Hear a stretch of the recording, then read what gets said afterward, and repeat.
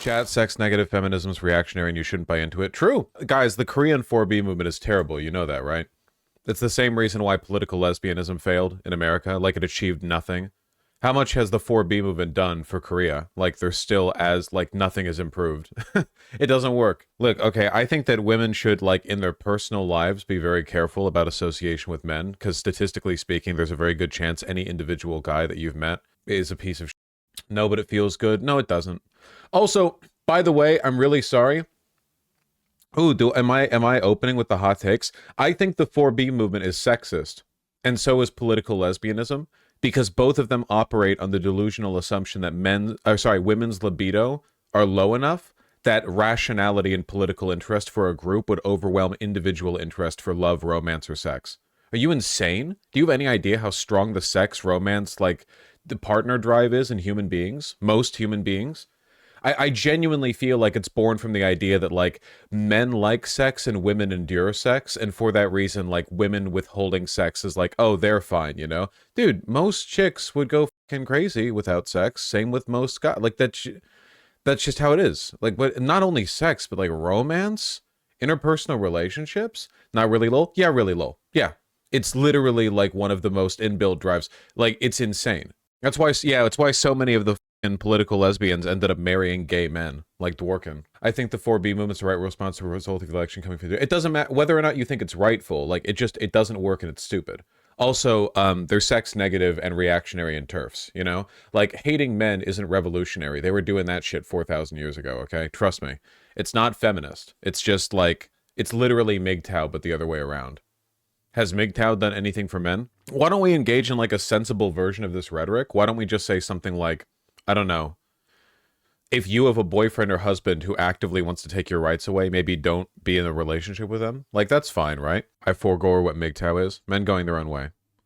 Again, this isn't even like a defending men kind of thing. It's literally just like, this doesn't work, and it always turns out poorly.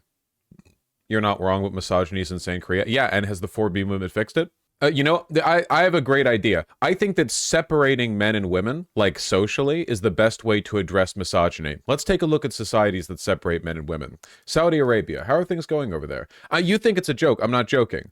Like, literally, the thing that, like, makes people not hate each other is familiarity, engaging with one another. Like, we see this with different races in, like, inner cities, where the most racist people in the world live out in the sticks and never meet the color skin that they hate, you know? And then if you're in the city where you're around Black and Asian, Hispanic people or whatever, like, statistically speaking, it bleeds away, you know? You think that, like, women practicing, like, a nationwide 4B movement, like, that's going to fix anything? Absolutely not. Unfortunately, the main contribution of the 4B movement, of the 4B movement was them unifying to deny a trans woman from a women's college. Anyone who's surprised that the 4B movement is transphobic has, like, the political instincts of a rodent. Obviously, you kidding me? The literal, like, radfem men are inherently biologically evil movement that practices, like, insane social abstinence and reactionary thinking, like, that would be transphobic. Like, obviously. So it's just TERFs? I'm pretty sure the 4B movement Twitter account literally has hashtag TERF in their bio. Let me check. It does? It does? Okay, that rules. There's an official 4B movement Twitter account? No, but it's, like, one of the large ones. 4B and TERFs both come from second wave? Yorp. I did not know. All good, friend.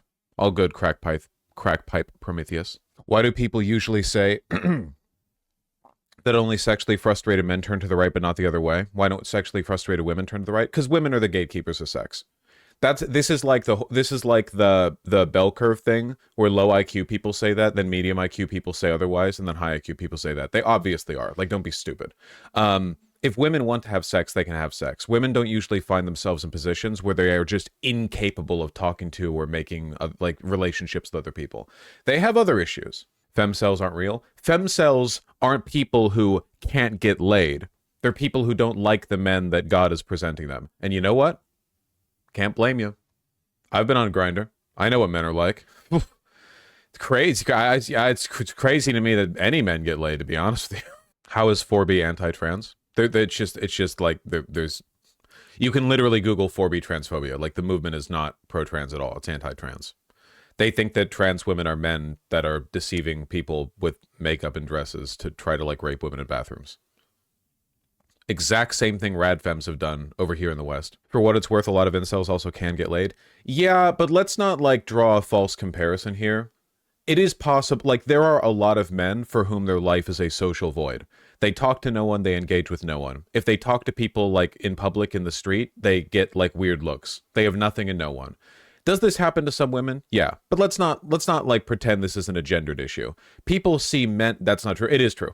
It's absolutely 100% true, and you will never be able to talk about men's issues in this country without acknowledging that a lot of men, a significant number of men, are in, like, a black hole socially. Like, they have nothing, no one, and they don't even know how to start. There are women who are like this, but there's a disparity. There's absolutely a disparity. Do you think Paul Zigo was right in that Dems are too corporate and weak to beat Trump? Was Paul Zigo the only one saying that? Clearly, the Democrats are too corporate and weak to beat Trump. Yeah. I still think it would be preferable that they had beaten Trump. I've been making this criticism, like, I've been like a Bernie-crat from the word go, you know? It's completely true. I didn't know whether or not they literally wouldn't be able to beat Trump, only that, you know, better they try. Man, phrenologists really were cooking, weren't they? You know what I mean. Phrenologists, when all of their research is debunked. You guys might not be ready for this, but your grandkids, they're gonna love it. And they were right. I do. Probably not grandkids, I guess. Great grandkids. Another problem with the 4B movement conceptually is you guys realize that white women came out as hard for Trump as white men did, right? Like, there was barely any difference. The real, like, gender gap was Latin men and Latin women, but white men and white women came out for almost the same rate. Honestly, like, in terms of your dating life, I would just avoid white people. I know that this is one of the most, like, you know, I'm one of the good ones ass statement that you could possibly make, but I will say you can include me in that. That's all right. You could recognize me walking down, like, Pike Street in Capitol Hill, and you could say, holy shit, that's Vosh. And then you remember, I'm a white man. And you keep on walking.